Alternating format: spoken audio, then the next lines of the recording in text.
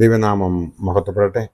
കർത്താവിൽ പ്രിയ വിശ്വാസിനി വിശ്വാസികളുടെ സമൂഹമേ, കുഞ്ഞുങ്ങളെ, നിങ്ങൾക്ക് ഏവർക്കും ഉയർത്തെഴുന്നേറ്റ് വീണ്ടും വരുമെന്ന് അരുളി ചെയ്ത് സ്വർഗാരോഹണം ചെയ്ത കർത്താവായ യേശു ക്രിസ്തുവിന്റെ നാമത്തിൽ പ്രഭാതവചനത്തിലേക്ക് വളരെ സ്നേഹത്തോടെ വിനയത്തോടെ സ്വാഗതം ചെയ്യുന്നു. ഇന്നത്തെ ദിവസത്തിന്റെ പ്രത്യേകത എന്ന് പറയുന്നത് 26 മെയ് 2026, ഈ മാസത്തിലെ 26-ാമത്തെ ദിവസം, ഈ വർഷത്തിലെ 146-ാമത്തെ ദിവസം, പെന്തക്കോസ്തിക്ക് ശേഷം 2-ാമത്തെ ദിവസമാണ് ഇന്ന്. ഇന്നത്തെ എപ്പിസോഡ് 517-ാമത്തെ എപ്പിസോഡാണ്. ഈ 517-ാമത്തെ എപ്പിസോഡ് ഇന്ന് പബ്ലിഷ് ചെയ്യുന്നതിനായി ദൈവത്തിൽ ശരണപ്പെടുന്നു. ഇന്നത്തെ ചിന്താവിഷയം എന്ന് പറയുന്നത് പരലോകത്തിൽ പാപക്ഷമ ലഭിക്കുമോ? പരലോകത്തിൽ പാപക്ഷമ ലഭിക്കുമോ? സർവ്വജനത്തിന്റെയും പാപപരിഹാരത്തിന് യേശു ബലിയാടായി തീർന്നു.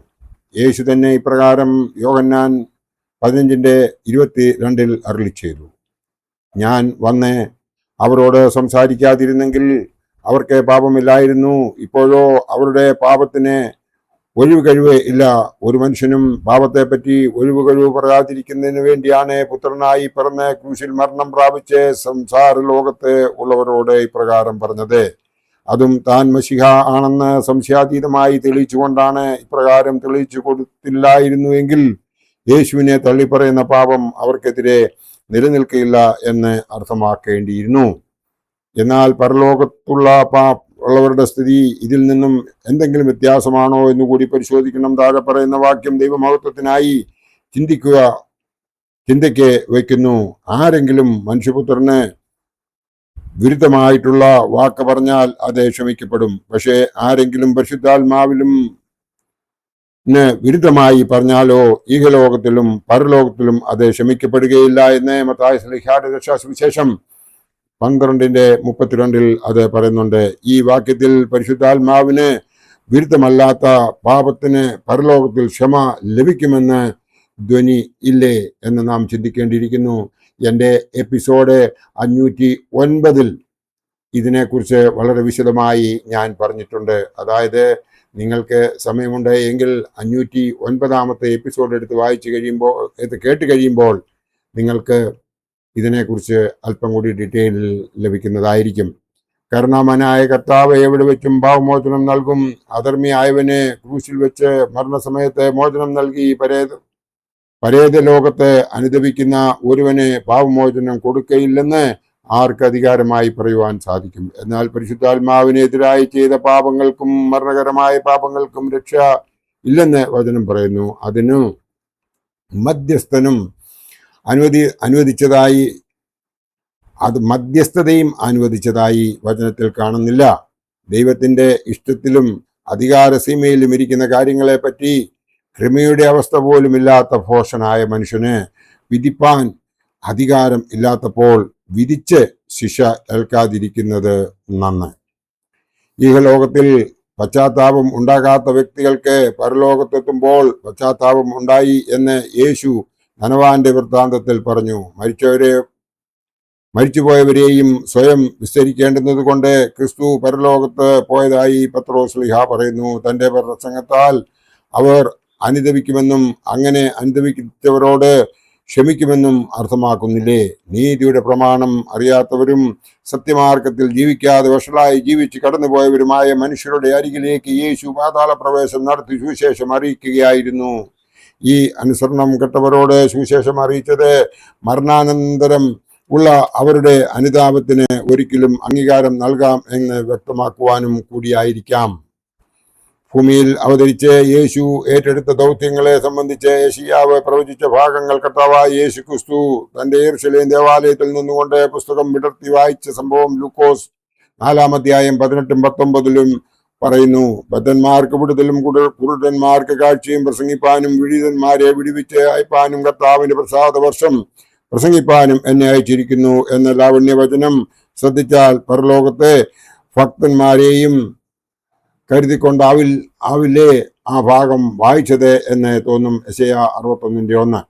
യെശയ്യാവിന്റെ പുസ്തകം 49:8 ഈ ആശയം ഉൾക്കൊള്ളുന്ന പ്രവചനം കാണാം. ഇവിടെ ഇങ്ങനെ പറയുന്നു: ബന്ധിക്കപ്പെട്ടവരോട് ഇറങ്ങി പോയിക്കൊള്ളുവീൻ എന്നും അന്ധകാരത്തിൽ ഇരിക്കുന്നവരോട് വെളിയിൽ വരുവീൻ എന്നും പറയുവാൻ നാം ഞാൻ നിന്നെ കാത്തു. ക്രിസ്തുവിന്റെ സ്വർഗാരോഹണ സമയത്ത് ആത്മാക്കളെ പാതാളത്തിൽ നിന്നും വിട്ടയക്കുന്ന സംഭവമാണ് ഇവിടെ പരാമർശിക്കുന്നത് എന്ന് അഭിപ്രായപ്പെടുന്നു.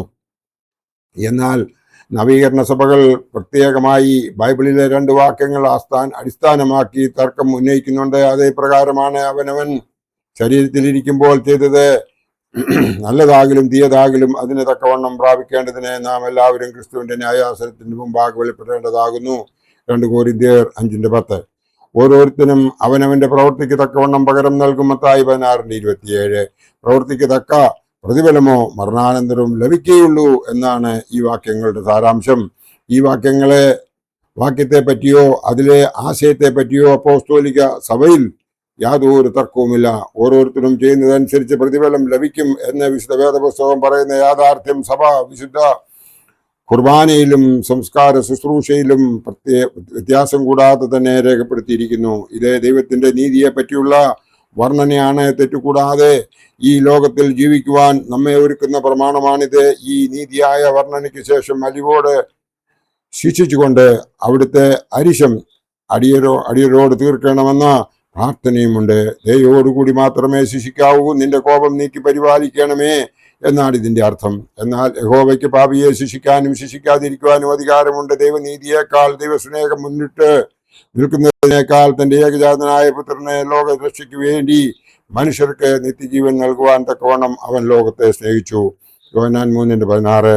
നമ്മുടെ പ്രവർത്തിക്കത്തോണം ദൈവം നീതി നടപ്പിലാക്കിയാൽ ഒരു മനുഷ്യനും സ്വർഗരാജ്യം നേടുകയില്ല.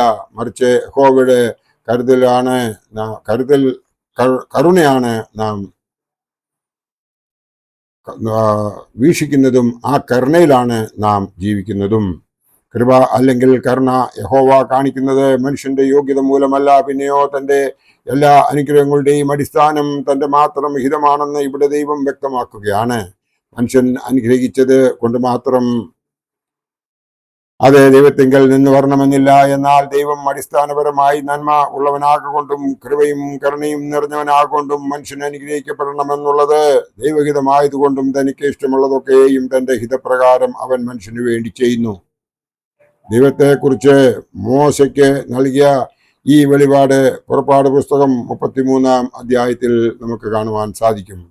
വിശുദ്ധ മർക്കോസിന്റെ സുവിശേഷത്തിൽ 4 പേർ തളർവാദക്കാരനെ എടുത്തുകൊണ്ട് കർത്താവിന്റെ അടുക്കൽ വന്ന സംഭവം 2-ാം അധ്യായത്തിൽ 5-ാം വാക്യത്തിൽ ഇങ്ങനെ പറയുന്നു. യേശു അവരുടെ വിശ്വാസം കണ്ടിട്ട് പക്ഷവാതക്കാരനോട്, മകനെ, നിന്റെ പാപങ്ങൾ മോചിച്ചു തന്നിരിക്കുന്നു എന്ന് പറഞ്ഞു. തളർവാദക്കാരനെ കട്ടിലിന്മേൽ കിടത്തി ചുമന്നു കൊണ്ടുവന്ന് വീടിന്റെ മേൽക്കൂര പൊളിച്ച് കർത്താവിന്റെ സന്നിധിയിൽ കൊണ്ടുവന്ന സ്വന്തക്കാരുടെ വിശ്വാസമാണ് ഇവിടെ പാപമോചനത്തിനിടയാക്കിയത്. അല്ലാതെ രോഗിയുടെ വിശ്വാസം കൊണ്ടല്ലല്ലോ രക്ഷ കിട്ടിയത്. യഹോവയ്ക്ക് കരുണ തോന്നിയാൽ ഇഹലോകത്തിലും പരലോകത്തിലും ഉള്ളവർക്ക് രക്ഷ ഉറപ്പാണ് എന്ന് നമുക്ക് ഈ വേദഭാഗത്തു നിന്നും മനസ്സിലാക്കുവാൻ സാധിക്കും. ആയതിനാൽ പരലോകത്തിൽ പാപക്ഷമ ലഭിക്കും എന്നതിന് യാതൊരു സംശയവുമില്ല. അതിനെ ആ ആത്മാവ് സ്വയം അനുദപിക്കുകയും അതോടൊപ്പം തന്നെ ഈ ലോകത്തിൽ ജീവിച്ചിരിക്കുന്ന നമ്മൾ അവർക്ക് വേണ്ടി പ്രാർത്ഥിക്കുകയും ചെയ്യുമ്പോൾ ദൈവം അവർക്ക് പാപക്ഷമ കൊടുക്കും എന്നാണ് നമുക്ക് വേദപുസ്തകത്തിൽ നിന്നും വായിച്ച് മനസ്സിലാക്കുവാൻ സാധിക്കുന്നത്. ആയതിനാൽ നാം ഓരോരുത്തരും ചെയ്യേണ്ടത് എപ്പോഴും ദൈവത്തിൻ്റെ തൃപാദത്തിൽ നമ്മെ തന്നെ സമർപ്പിച്ച് നാം അവൻ്റെ ഒരു നല്ല പൈതലായി ജീവിക്കുന്നുവെങ്കിൽ ഈ ലോക ജീവിതത്തിൽ മാത്രമല്ല നമുക്ക് സുഖം ലഭിക്കാൻ പോകുന്നത്, പിന്നെയോ നിത്യതയിൽ നാം കർത്താവായ യേശുക്രിസ്തുവിന്റെ വലത്തുഭാഗത്തിരുന്നുകൊണ്ട് എപ്പോഴും അവനെ സ്തുതി പാടുവാൻ നമുക്ക് സാധിക്കും. അനുഗ്രഹങ്ങൾ അല്ലാതെ മറ്റൊന്നും അവിടെ നമുക്ക് ലഭിക്കുകയില്ല. ആയതിനാൽ നമുക്ക് നമ്മെ തന്നെ ഒന്ന് തിരുത്താം. ഈ പെന്തക്കോസ്തി നാളിൻ്റെ 2-ാമത്തെ ദിവസം അനുഗ്രഹം, അതായത് ആ പരിശുദ്ധാത്മാവിൻ്റെ ആ പുതുക്കം നമ്മിൽ ഉണ്ടായത്, അത് മാറിപ്പോകാതെ അകൽക്കർച്ച നമ്മൾ ജയിക്കാതെ നമ്മുടെ മനസ്സുകൊണ്ട് നമ്മുടെ ശരീരത്തെ കൺട്രോൾ ചെയ്തുകൊണ്ട് നാം മുമ്പോട്ട് നല്ല ഒരു ക്രിസ്ത്യാനിയായി ജീവിക്കുവാൻ സാധിക്കുന്നുവെങ്കിൽ ദൈവം നമ്മളെ എല്ലാവരെയും അനുഗ്രഹിക്കും. വിശ്വാസ ഉറപ്പിൽ നാം ജീവിക്കുന്നുവെങ്കിൽ അത് കണ്ട് നമ്മുടെ സന്താനങ്ങളും ഈ അടുത്ത തലമുറയും വിശ്വാസത്തിൽ ജീവിക്കും. അതാണ് നമുക്ക് ഏവർക്കും വേണ്ടത് എന്ന് മാത്രം ഈ അവസരത്തിൽ ഓർപ്പിച്ചുകൊണ്ട് എൻ്റെ വാക്കുകൾ ഇവിടെ സംഹരിക്കട്ടെ. ദൈവം നമ്മളെ എല്ലാവരെയും അനുഗ്രഹിക്കട്ടെ. നന്ദി, നമസ്കാരം.